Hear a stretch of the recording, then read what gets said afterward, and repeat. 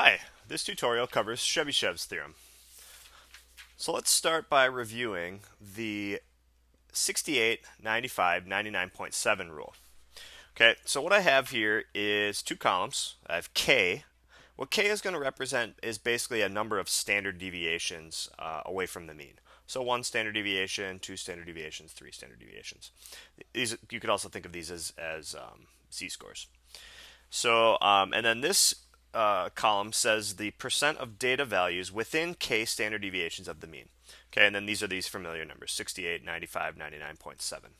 Okay, now remember though that this rule only works for normal distributions. So the question is what if a distribution is not known to be normal? Can distribution percentages still be calculated? And the answer to that is yes, but of course not using this rule. So instead we're going to use Chebyshev's theorem. All right, so what Chebyshev's theorem says is that the proportion of a set of data lying within k standard deviations, where k is greater than or equal to 1, of the mean is always at least 1 minus 1 over k squared. Okay, again, where k is the number of standard deviations away from the mean. Okay, Chebyshev's theorem applies to all distributions. Okay, so let's calculate a few percentages here. So let's just start with k equals 1. So we want to know what percent of the data is within one standard deviation according to Chebyshev's theorem. Okay, so if we do that on the calculator, we do 1 minus, I'll use parentheses here, 1 divided by 1 squared. Okay, and what that gives me is 0. So what I would say here is that at least 0% of the data values lie within 1%, lie within one standard deviation of the mean. And really, of course that has to be true. At least 0%, that means some data. Okay, so that value doesn't really give us too many meaningful results for Chebyshev's. So let's see what happens if we try it for k equals 2. Okay, so if we do k equals 2 standard deviations now, so we want to know what percent of the data lies within 2 standard deviations.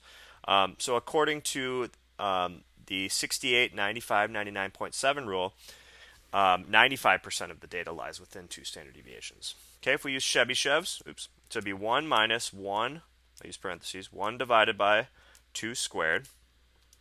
And that's going to give me 0.75 or 75%. So what I say for 2 standard deviations is that at least 75%. Okay, so that's the smallest amount of data that can be within 2 standard deviations. 75%. Could certainly be more, and a lot of times it will be. So in a normal distribution, it's 95%. In all distributions, at least 75% has to be in there.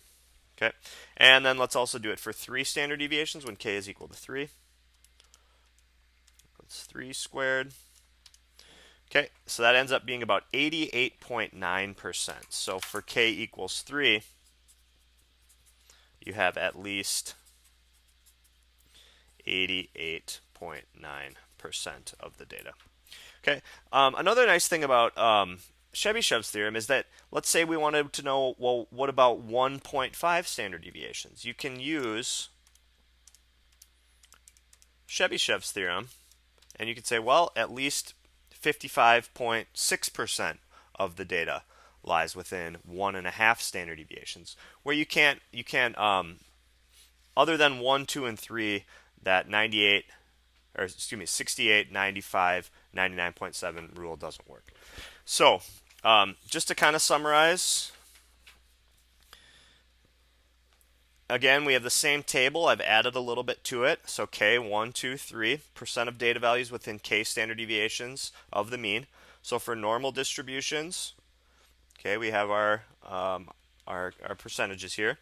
And for any distribution, at least 0%, at least 75%, at least 88.9%. Okay, and we can see that all of these values are within these ranges. Chebyshev's theorem is an important theorem.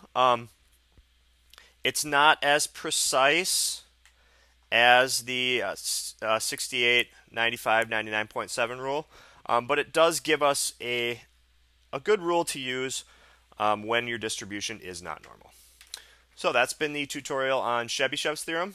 Thanks for watching.